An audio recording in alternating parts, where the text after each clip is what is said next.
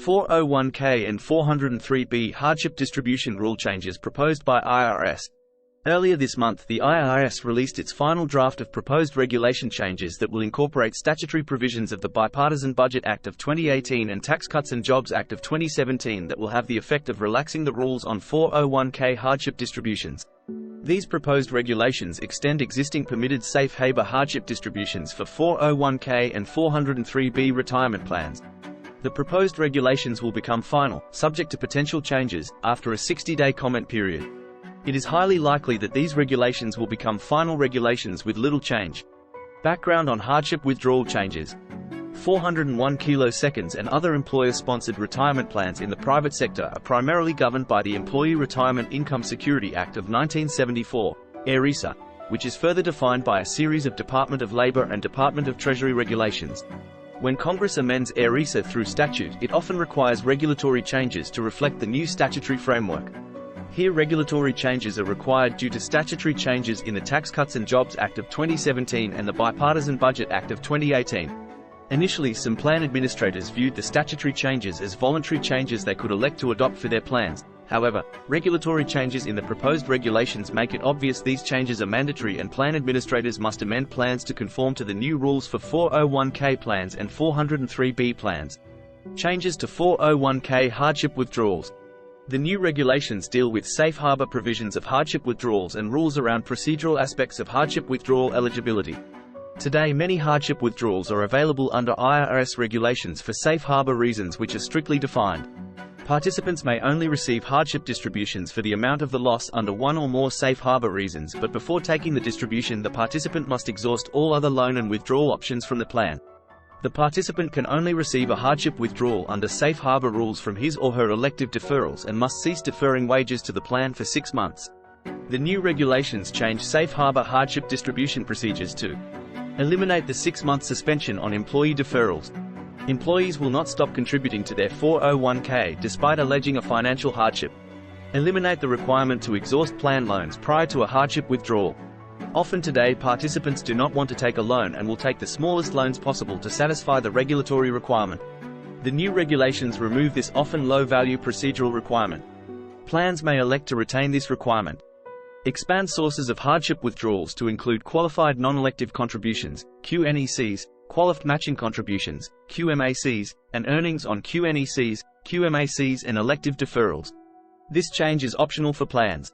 Additionally, the proposed regulations change the safe harbor rules to expand tuition, funeral and medical expense safe harbor reasons to include a primary beneficiary of the plan participant.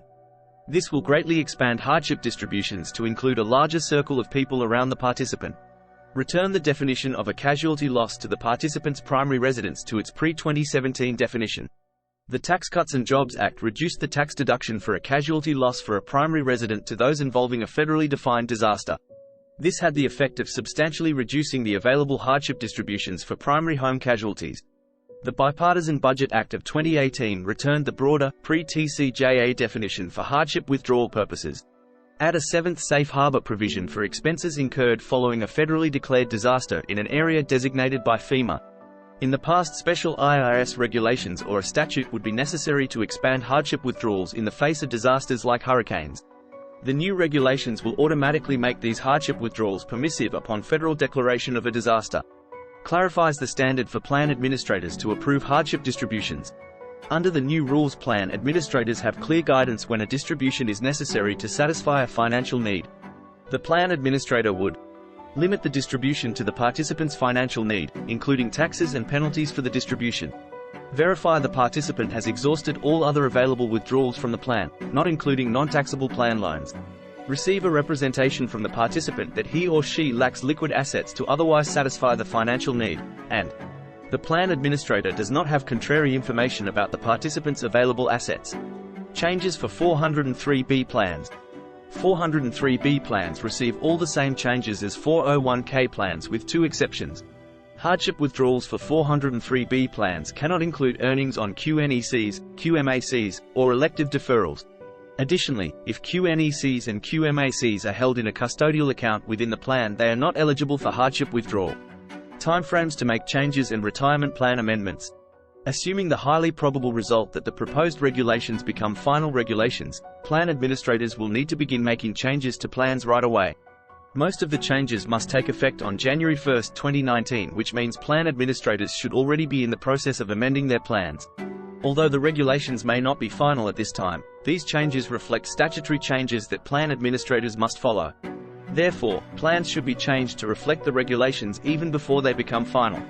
Elimination of the 6-month suspension on deferrals and the requirement for participants to confirm a lack of other resources to cure a financial emergency may wait until January 1, 2020 for implementation.